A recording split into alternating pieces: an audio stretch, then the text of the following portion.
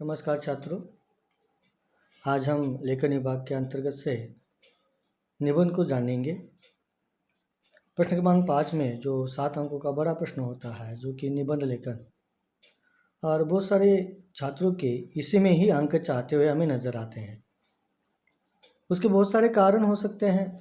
उसमें से एक कारण हो सकता है सुलेखन हो, या निबंध लिखना कैसे है उनको अच्छी तरह से मालूम ना हो, या अन्य कोई विषय की ज्ञान की कमज़ोरी हो। इस कारण वो निबंध लेखन को अच्छी तरह से लिख नहीं पाते हैं और अंकों को अच्छी तरह से प्राप्त नहीं कर सकते हैं। हाँ, लेकिन अगर हम हिंदी में निबंध लेखन के अंतर्गत अधिक अंक प्राप्त करना चाहते हैं तो कुछ बातों की ओर ध्यान देना आवश्यक है। और छात्रों, मेरे दोस्तों, इस वीडियो के माध्यम से वही मैं आपके सामने लेकर आ रहा हूँ कि निबंध लेखन कैसे लिखना चाहिए, ज़्यादा से ज़्यादा अंक कैसे प्राप्त करना चाहिए, इसके ऊपर हम जानकारी हासिल करने वाले हैं। तो जुड़े रहें इस वीडियो के माध्यम से कि आप आज अध्ययन करने वाले हैं निबंध लेखन।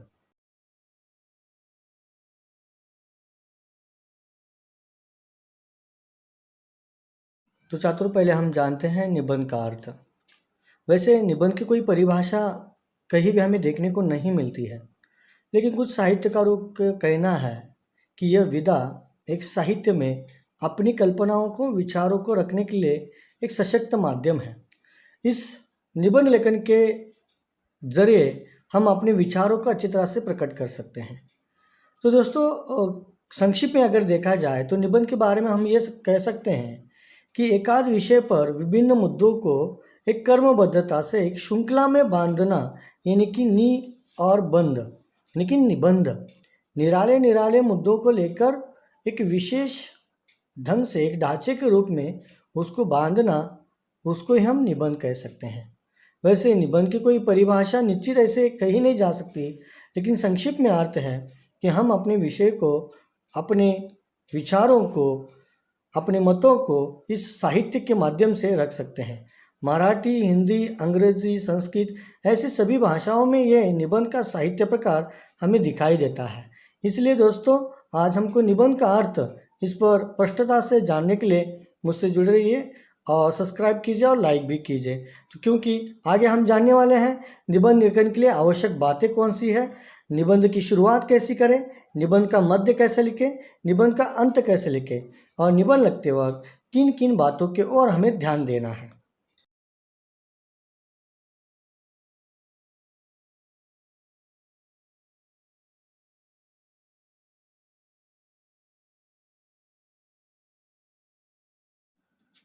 धन्यवाद दोस्तों। और फिर से हम अपने विषय की ओर आते हैं।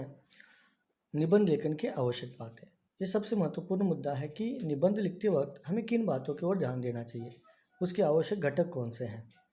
तो दोस्तों, हम हर बार बहुत सारे लोगों से सुनते हैं, हमारे गुरुवर्य हमको बताते रहते हैं निबंध की शुरुआत आकर्षक होनी चाहिए, प्रभाव ढंग से होनी चाहिए, ऐसे वैसे बहुत सारे ऐसे बातें बताते रहते हैं।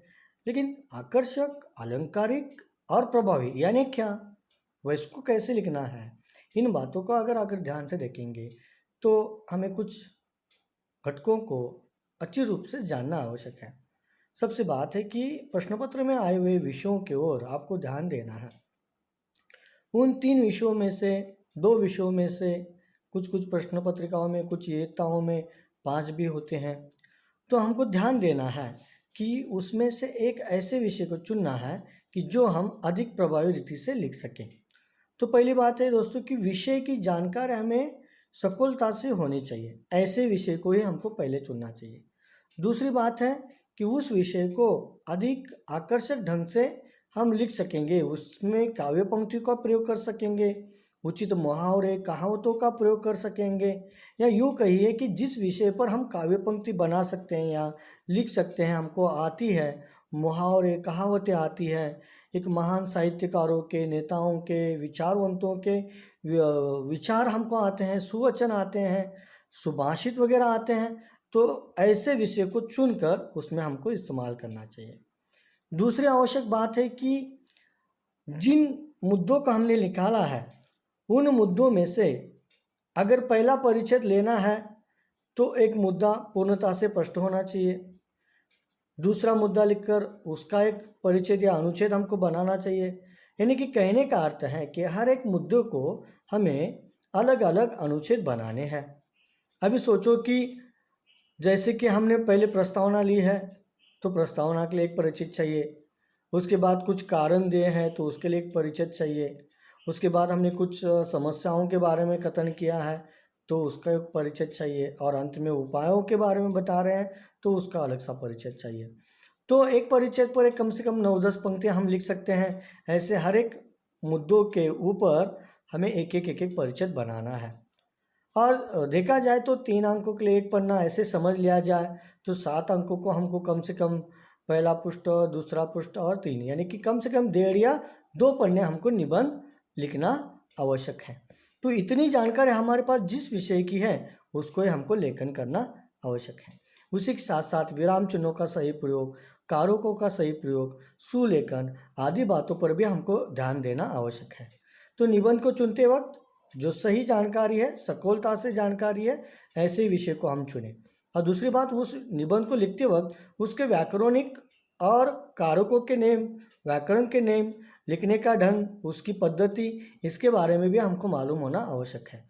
तो वो मैं आगे आपको बताने वाला हूँ कि हर एक प्रकार के अनुसार हमको वो कैसे लिखना है या किन बातों को और हमको ध्यान देना है। उसके लिए किस प्रकार के व्याकरणों के नेम लगते हैं और कारकों के नेम लगते हैं, अन्य जो बातें जुड़े हैं वो मैं आगे आपको बताने ही वाला हूँ।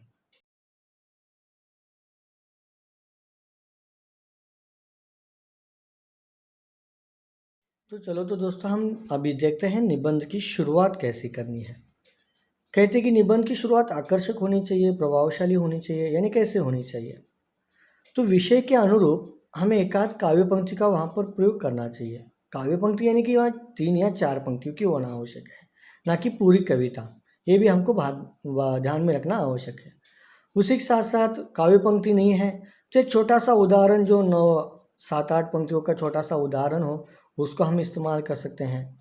या किसी महान कवियों की, महान लेखकों की या महान संत साधुओं के, विचारवंतों के विचारों से शुरुआत भी हम वहाँ पर कर सकते हैं, जो कि विषय से समर्पक हो, विषय का गहरा ज्ञान या विषय से मिलता जुलता वह शुरुआत हमको करनी चाहिए, जिसमें हम अगर काव्य पंक्ति का प्रयोग करते हैं तो उसको नीचे रेखांकित करके अच्छी तरह से उचित जगह छोड़कर और सुलेखन को ध्यान में रखकर उसको हमको लिखना चाहिए।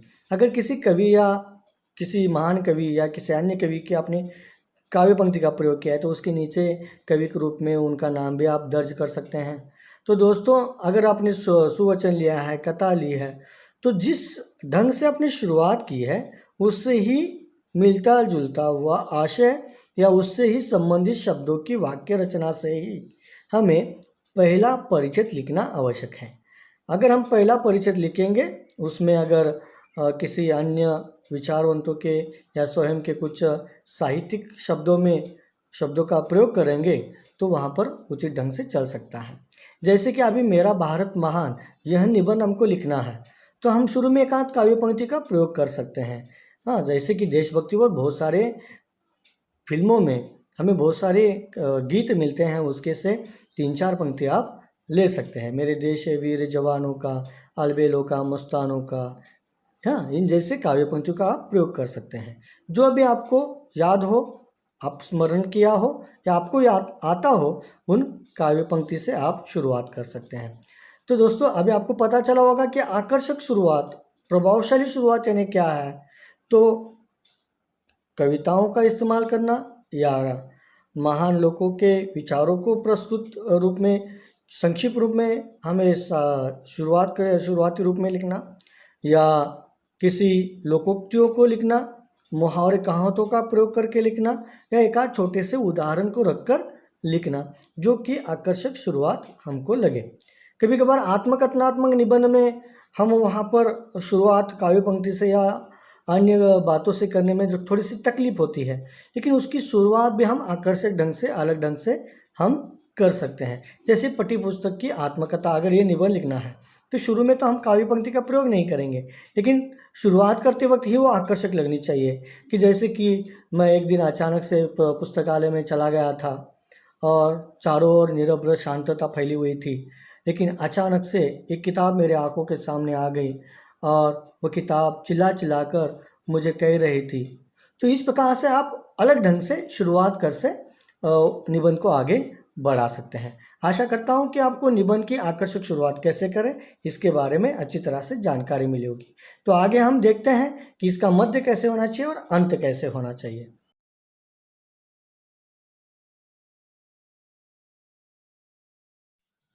तो दोस्तों, निबंध के मध्य में यानी कि विषय विवेचना मुख्य आशय होता है। यहाँ पर विषय की पूर्ण जानकारी हमें प्रकट करना आवश्यक होता है। तो वहाँ पर मुद्दे के अनुरूप आपको अनुच्छेद बनाना है। उसमें भी अगर एक पन्ना ख़त्म होता है, दूसरे पन्ने पर आप जाते हैं, तो उसके शुरू में भी आप काव्य पंक्ति का इस्तेमाल कर सकते हैं। और आशय के अनुरूप अगर आपने परिच्छेदों में कहीं पर मुहावरों का इस्तेमाल किया है, तो वहाँ पर भी रेखांकित आप कर सकते हैं। या किसी लोकोक्ति को लिखा है या कहावतों को लिखा है, तो वहाँ पर भी आप रेखांकित कर सकते हैं। जानकारी ये क्या है कि विशेष सफलता से जानकारी वहाँ पर लिखना आवश्यक है। जैसे कि अगर हम सोचेंगे कि मेरा प्रिय त्यौहार है, तो आमतौर पर से हम सभी लोगों को या छात्रों को आदत रहती है कि जैसे हम घर में त्यौहार मनाते हैं वैसे हम लिखते हैं। तो 10वीं कक्षा के लिए यह अपेक्षित नहीं है। तो इस निबंध को छोटा है, सरल लगता है, आसान है, लेकिन 10वीं कक्षा के छात्रों से या उसके आगे वाले छात्रों से यह अपेक्षा अलग ढंग से रहती है। तो आपको वहाँ पर क्या आवश्यक है? तो उस त्यौहार का इतिहास, उस त्यौहार की निर्मित, उससे जुड़े पौराणिक बातें, ऐतिहासिक बातें, सामाजिक बातें, इन सभी बातों का लेखन हमें करना वहाँ पर आवश्यक होता है। ना कि त्यौहार हमने कैसे बनाया वैसे लिखना वहाँ पर आवश्यक नहीं है। जैसे कि मेरा प्रिय त्यौहार, बहुत सारे बच्चे लिखते हैं। 10वीं कक्षा के अगर छात्र लिखेंगे कि मुझे दिवाली बहुत पसंद है, तो उस दिन हमने पटाखे फोड़े, नए नए कपड़े पहने, मिठाई बाँटी और हमने बहुत आनंद किया। तो ये वहाँ पर अपेक्षित नहीं है। उसके पीछे इतिहास क्या है, सामाजिकता क्या छुपी हुई है, उसकी ओर हमको ध्यान देना आवश्यक है। यही त्यौहार भारत में ही क्यों मनाया जाता है, उसी महीने में क्यों मनाया जाता है, उसके पीछे कोई पौराणिक घटना है क्या, कुछ वैज्ञानिक बातें हैं क्या, ये सब बातें हमें अध्ययन के रूप में अध्ययन कर कर वहाँ पर लिखना आवश्यक है। और उसके लिए छात्रों विभिन्न लेखकों की किताबें पढ़ना, विभिन्न निबंध मालाओं को पढ़ना, अलग अलग प्रकार के लेखों को पढ़ना आवश्यक है। और तब जाकर उस विषय की व्याप्ति हमारी बढ़ सकती है। जितना आप अधिक बारीकी से उसका अध्ययन करेंगे, तो ये हम वहाँ पर अच्छी तरह से लेखन कर सकेंगे और ज़्यादा से ज़्यादा अंक प्राप्त कर सकेंगे। तो आशा है कि मध्य में आपको उचित क्रम लगाकर ही मुद्दों के अनुरूप एक एक अनुच्छेद बनाकर आपको निबंध की प्रस्तुति करना है। वो भी सही ढंग से करना पड़ेगा, उसकी भी कर्म पद्धति हमें होनी चाहिए। जैसे कि सोचो कि किसी व्यक्ति की आत्मकथा है, अगर हमने पहले ही मृत्यु लिख दी तो हमारा गलत हो जाएगा, है ना। तो किसी घायल सैनिक की आत्मकथा अगर हम लिख रहे हैं तो उसकी कर्मबद्धता वहाँ पर मायने रखती है। जैसे कि उसका बचपन है, उसके बाद परिवार की जानकारी है, उसके बाद वो उसकी शिक्षा, वो उसके जीवन में वो सैनिक बनने की इच्छा क्यों निर्माण हो गई, उसमें उद्देश्य कौन सा आ गया, फिर वो सैनिक की शिक्षा लेने के लिए कैसा चला गया, एक सैनिक कैसा बन गया, और बाद में वो आ जाएगा कि युद्ध के दौरान क्या ऐसी कौन सी घटनाएं घटित हो गई, वहाँ का माहौल, उसका वर्णन हमको करना वहाँ पर आवश्यक है। और बाद में हमको आएगा कि वो घायल कैसा हो गया, और उसके बाद में अंत में आएगा कि वह हमसे बातें कर रहा है। अगर शुरू में ही हमने उसका उल्टा पुल्टा कर दिया कि पहले युद्ध दिखा दिया बाद में जन्म लिखा देगा, तो ये मुद्दों का उल्टा पुल्टा हो जाने से कारण निबंध हमारा इतना प्रभावशाली नहीं बन सकता, आकर्षक नहीं बन सकता है, ज़्यादा से ज़्यादा अंक हमें नहीं मिल सकते हैं। तो उचित मुद्दों का कर्मबद्धता से लिखना भी यहाँ पर आवश्यक होता है। तो दोस्तों, इन बातों की ओर ध्यान रखेंगे और मध्य लेखन अगर आप अच्छी तरह से करेंगे और उचित सुलेखन कारक और सुवचनों का और अन्य बातों की ओर अगर आप ध्यान देंगे तो ज़्यादा से ज़्यादा अंक हमको जरूर मिलेंगे। तो कहते हैं कि अंत भला तो सब भला, तो निबंध का अंत भी उतना ही महत्वपूर्ण है, उसको अभी हम जानते हैं।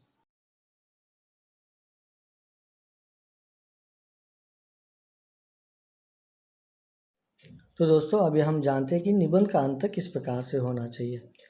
अंत हमारे लिए महत्वपूर्ण होता है। जो ऊपर हमने लगभग 1.5-2 पन्ने लेखन किया है, उसका सार वहाँ पर होना आवश्यक है, क्योंकि उस उपयुक्त आशय से निचोड़ कर जो हमने अंत में लिखा है वह अधिक प्रभावशाली हमको नज़र आता है। अंत में हम काव्य पंक्तियों का भी इस्तेमाल कर सकते हैं, और कुछ विषय ऐसे होते हैं कि वहाँ पर आपके स्वयं का लेखन आवश्यक होता है। जैसे विज्ञान शापीय वरदान, तो आपको अंत में प्रकट करना पड़ेगा। शाप है तो आपके विचारों से शाप लगता है तो कैसे, आपके विचारों से वरदान लगता है तो कैसे। ऐसे विषयों में आपके स्वयं के विचार आना आवश्यक है। समस्या प्रधान विषयों के जो निबंध होते हैं उसमें अधिकतर अंत में आपके विचार होना आवश्यक है। आत्मकथनात्मक या कल्पनात्मक निबंधों में अंत में उसका अंत तो निश्चित होता है, उसी ढंग से आपको लिखना पड़ेगा, आपका आशय वैसे ही लिखना पड़ेगा। लेकिन ज़्यादातर अंत में जो वैचारिक निबंध है या व्यक्ति है या यात्रा वर्णन है, इन जैसे निबंधों पर हमको अंत में अपने स्वयं के विचार लिखना बहुत आवश्यक होता है। तो वही हमारा प्रभावी माध्यम होता है कि छात्र कितने अच्छे ढंग से अंत प्रस्तुत करते हैं, उसके स्वयं के विचारों में वो कितना निकलता है, और उसका भी प्रभाव अंकों पर हमें ज़रूर दिखाई देता है। और अंत में भी एक आशादायी, प्रेरणादायी या पूरे निबंध का आशय प्रकट करने वाला एक काव्य पंक्ति का भी वहाँ पर प्रयोग करेंगे तो और अधिक अंत आकर्षक हमें बन सकता है। तो दोस्तों, अब तक हमने जाना कि शुरुआत कैसे करनी है, मध्य लेखन कैसा करना है और निबंध का अंत कैसे होने वाला है। तो इन ढंग से हर एक निबंध को हमको लिखना है। तो दोस्तों, हमारे सामने प्रश्न है कि निबंध के प्रकार कितने हैं, कौन कौन से हैं 10वीं कक्षा के लिए, और उसका लेखन हमको कैसे करना चाहिए, और उसके लिए व्याकरण और अन्य कुछ नियमों के बारे में हमको देखना है क्या, जानना आवश्यक है क्या, उसके बारे में अभी हमको देखना जरूरी है।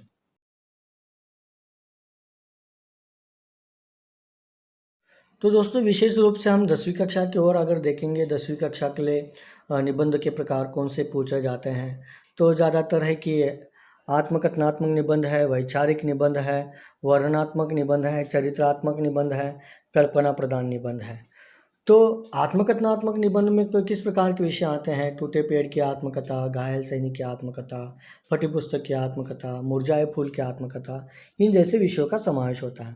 वैचारिक निबंधों में किस प्रकार का समावेश होता है? विज्ञान की चमत्कार, विज्ञान शाप या वरदान, भ्रमणध्वनि शाप या वरदान, तो इस प्रकार के विषयों का ज़्यादा समावेश उसमें होता है। महंगाई एक समस्या, भ्रष्टाचार एक समस्या, इन जैसे विषयों का समावेश उसमें होता रहता है। उसका लेखन अलग ढंग से हमको करना पड़ता है।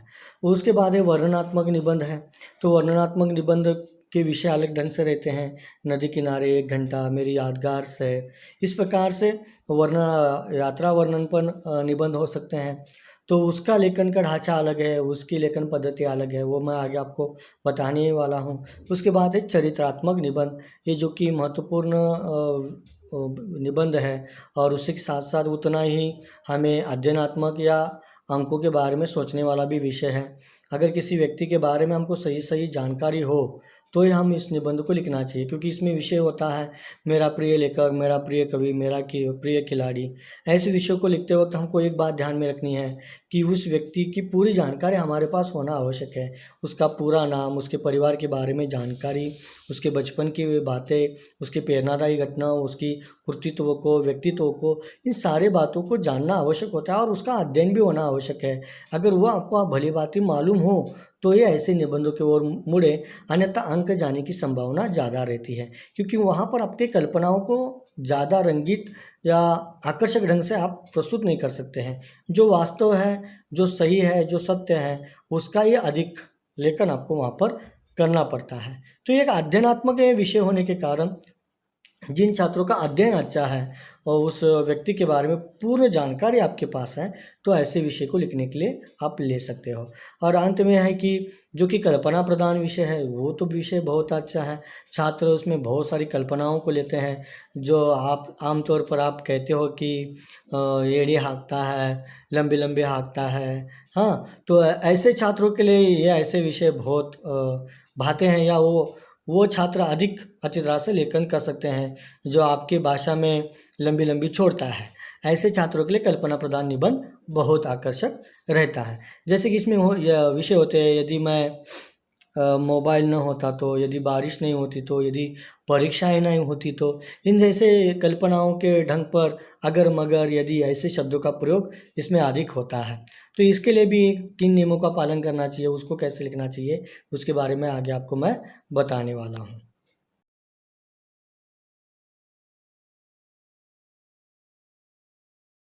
तो अभी हमने देखा कि निबंध के कौन-कौन से प्रकार हैं। अभी हम जानते हैं कि हर प्रकार को किस ढंग से लिखना है, किस व्याकरण के नियमों को ध्यान देना है, रचनाओं को कैसे ध्यान देना है या उसकी कौन-सी आवश्यक बातें हैं, इसकी ओर अभी हमको ध्यान देना है। जैसे कि अभी लिखा है कि आपने विषय चुना है कि आत्मकथनात्मक निबंध। तो आत्मकथनात्मक निबंध की शुरुआत हमको कैसी करनी है, उसके लिए व्याकरण के नियम कौन से हैं, रचना के नियम कौन से हैं? हाँ, तो ये महत्वपूर्ण जानना आवश्यक है। तो दोस्तों एक बात है कि आत्मकथनात्मक निबंध पूर्णतः से भूतकाल में होता है। भले ही शुरुआत आपने वर्तमान काल में दिखाई हो या अंत का एक थोड़ा-सा आशय अपने वर्तमान काल में दिखाया हो, तो चल लेता है। लेकिन ये पूरा निबंध जो है लगभग 95% या 90% पूरा निबंध जो कि भूतकाल में आता है। हाँ, रहा था, रहे थे, गया था, गए थे, ऐसे ही रहता है क्योंकि बीती हुई घटनाओं को आप बता रहे हो।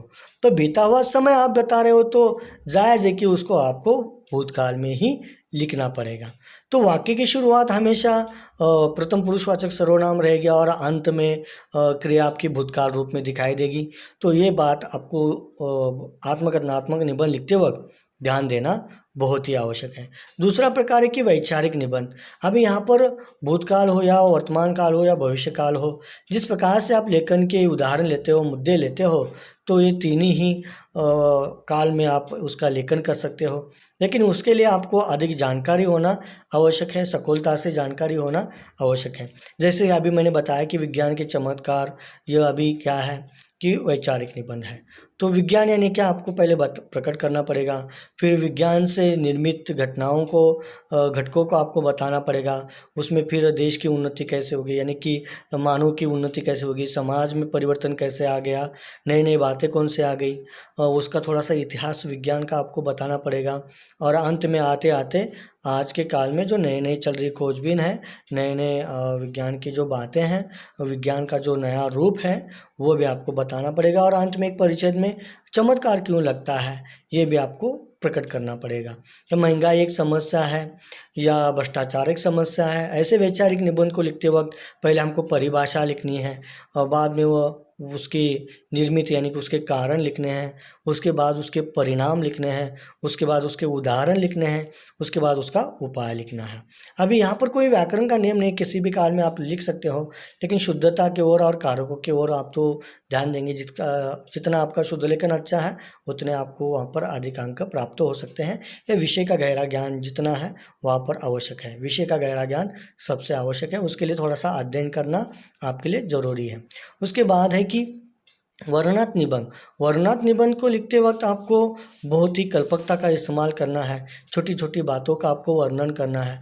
अभी नदी किनारे 1 घंटा यानी कि आप वहाँ पर जाने की शुरुआत आपने कैसे की, यहाँ से होगा और सफ़र में आपने कैसा अनुभव किया, वहाँ पर जाने के बाद नदी किनारे पर आप बैठे हो तो उस नदी का नाम कौन-सा है, आप किस जगह पर बैठे हो, आजू-बाजू का माहौल कैसा है, वहाँ के नदी के अंतर्गत लोगों की गतिविधियाँ कैसी चल रही है, कि आजू-बाजू में कोई मंदिर है तो उस मंदिर की विशेषता होगी या वो नदी है तो उस नदी की प्राचीन कोई बात हो, जैसे कि गंगा नदी है तो गंगा नदी की निर्मित के बारे में प्राचीन कथाएँ हैं, उसके बारे में जुड़ी हुई धार्मिक बातें हैं।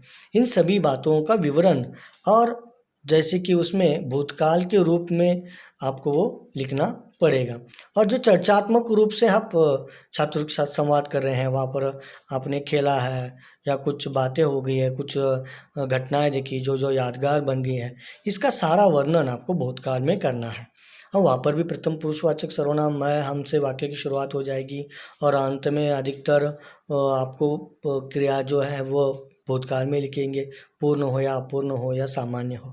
तो भूतकाल में ही 90% ये निबंध आ जाएगा। शुरुआत कैसे हो गया और बाद में आपका सफ़र कैसा पूरा हो गया और घर वापस कैसे आ गए, ये थोड़ा-सा वर्तमान काल में आ जाएगा, लेकिन जो बीता हुआ समय हो पूरा भूतकाल में चला जाएगा। तो दोस्तों लेखन करते वक्त इन व्याकरणिक बातों को आपको ध्यान में रखना आवश्यक है।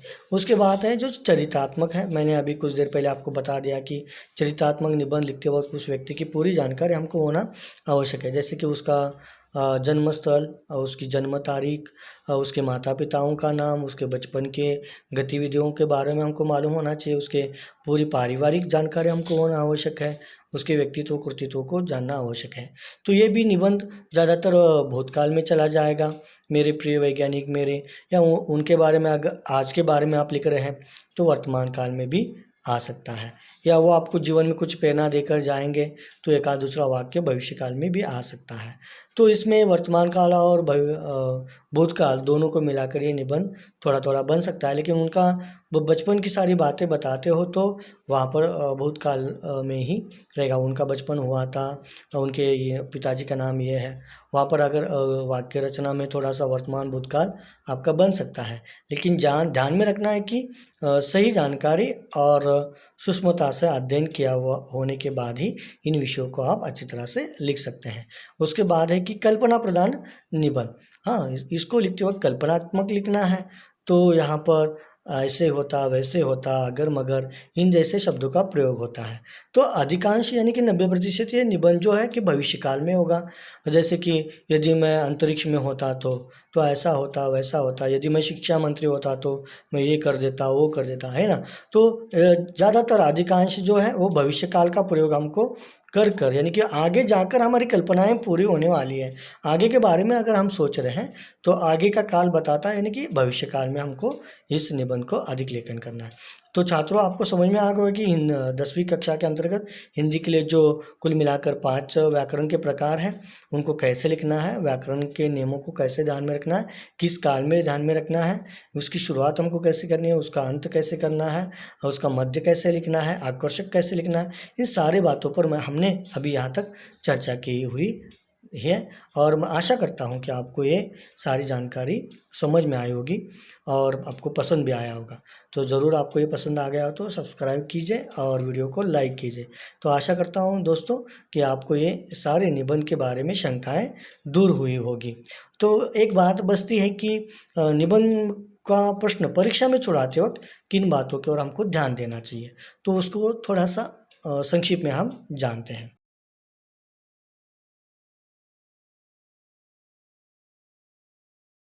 तो छात्रों मेरे दोस्तों की अंत में हम यह भी देखते हैं कि प्रश्न पत्र में निबंध को छुड़ाते वक्त किन बातों की ओर हमको ध्यान देना चाहिए। उपरोक्त बातों का आपने ध्यान से सुना होगा, अब तक वीडियो आपने ध्यान से देखा होगा। तो अभी कुछ बातों के हमको देखते हैं कि प्रश्न पत्र में हमको जो पूछे गए निबंध हैं उसमें से हमको पहले ये चयन करना है कि किस विषय के निबंध पर हम अधिकतर काव्य पंक्ति लिख सकते हैं, मुहावरे कहावतों का इस्तेमाल कर सकते हैं, या ज़्यादा से ज़्यादा विस्तृत निबंध हम लिख सकते हैं। उसके लिए आप पहले अपने प्रश्न पत्र पर पेंसिल से मुद्दे बना सकते हैं और उन मुद्दों के कितने मुद्दे मैं अच्छी तरह से लिख सकता हूँ, तो हर मुद्दों को एक एक परिचित बना सकते हैं।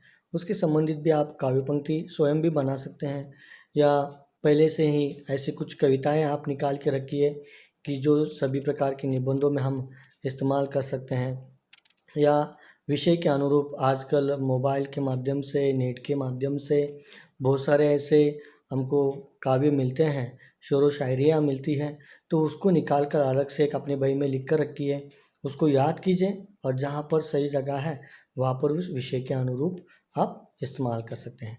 अभी कुछ बच्चों का प्रश्न होता है कि सर हम संस्कृत का इस्तेमाल कर सकते हैं क्या हिंदी में, मराठी काव्य पंक्ति अगर हम इस्तेमाल किया तो चलेगा क्या, अंग्रेजी का चलेगा क्या, इस प्रकार के बहुत सारे ऐसे बच्चों में प्रश्न रहते हैं। तो छात्रों मेरा एक कहना है कि शुरू में हिंदी की ही काव्य पंक्ति होनी चाहिए, अंत में हिंदी की ही काव्य पंक्ति होनी चाहिए। अगर मध्य में एक आध यानी कि दूसरे पन्ने की शुरुआत में अगर एक आध मराठी की या संस्कृत की या अंग्रेजी की एक ही कोई तो आप काव्य पंक्ति वहाँ पर इस्तेमाल कर सकते हैं। ये भी उस विषय के अनुरूप होनी चाहिए, उससे मिलता जुलता हुआ अर्थ आपके निबंध के विषय से जुड़ना चाहिए। इन बातों की ओर हमको ध्यान देना चाहिए। और मैंने शुरू में कहा है कि काव्य पंक्ति लिखना यानी कि पूरी कविता नहीं है, 4 पंक्तियों में ही हमको लेखन करना चाहिए। दूसरी बात है कि कम से कम परिचित एक 8-9 पंक्तियों का होना आवश्यक है, या 10 पंक्तियाँ हो सकती है, उससे ज़्यादा भी नहीं लंबा चौड़ा होना चाहिए। हर एक मुद्दों का विस्तृत या सखोल जानकारी भी हमको आहिस्ता आहिस्ता लेखन करना आवश्यक है। तो प्रश्न पत्र को लिखते वक्त एक बात ध्यान में रखिए, जिसकी जानकारी हमको मालूम है, उसका काल मालूम है, उसको हम लिखेंगे। अभी परीक्षा के पहले हमको तैयारी कैसे करनी है, ये भी हमें एक बात मालूम होनी चाहिए। तो दोस्तों अभी 6 प्रकार हमने बताए हैं, उसमें से 2 प्रकार या 3 प्रकार परीक्षा में आ सकते हैं। तो आपको क्या करना है कि हर एक प्रकार के 5-5 निबंध अन्य निबंध माला में से या अन्य किसी लेखकों ने लिखी हुई निबंधों से आपको क्या करना है, निबंध पढ़ना है।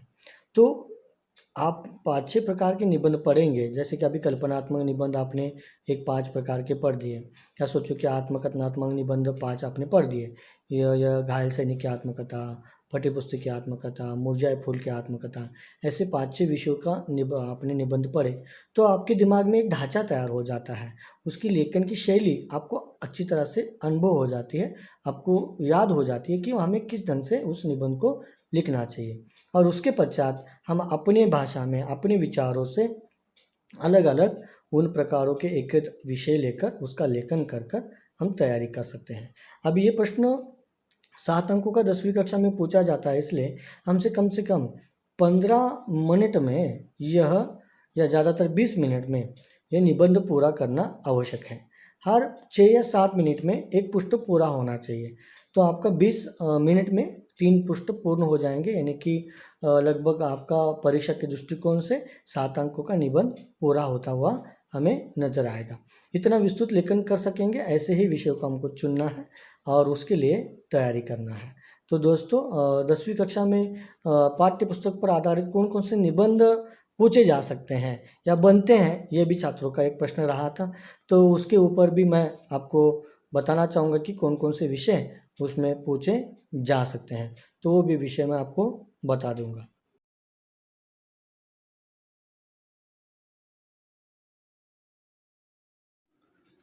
तो उसमें कौन कौन से विषय पूछे जा सकते हैं, तो देखा जाए तो मेरा भारत देश महान, मेरा प्रिय जानवर, अस्पताल में 1 घंटा, मन के हारे हार है, मन की जीते जीत है, मेरी यादगार सैर, मेरे प्रिय साहित्यिक, भ्रष्टाचार एक समस्या, महंगाई एक समस्या, मेरा भारतीय किसान, पीड़ित किसान की आत्मकथा, परिश्रम का महत्व, मेरा प्रिय नेता, आश्रम में 1 घंटा, स्वाभिमान का महत्व, यदि मैं अंतरिक्ष में होता तो इस प्रकार के विषय हर पाठ के अनुरूप बनता है। जैसे कि पहला पाठ है भारत महिमा, तो उस पर बनेगा कि भारत देश महान, या भारत की महिमा, इस प्रकार से विषय बनेगा। दूसरा है लक्ष्मी पाठ, जो कि जानवरों पर है, वहाँ पर मेरा प्रिय जानवर, इस प्रकार का निबंध बनेगा। तो आप भी पाठ के ऊपर पाठ के आशय के अनुरूप निबंध स्वयं विषय चुन सकते हैं, विषय बना सकते हैं और उसकी तैयारी कर सकते हैं। तो आशा करता हूं दोस्तों कि इस निबंध के बारे में आपकी सारी शंकाएं दूर हुई होगी, और कुछ भी शंकाएं बचती है तो आप मुझे फ़ोन पर से बातें कर सकते हैं। धन्यवाद।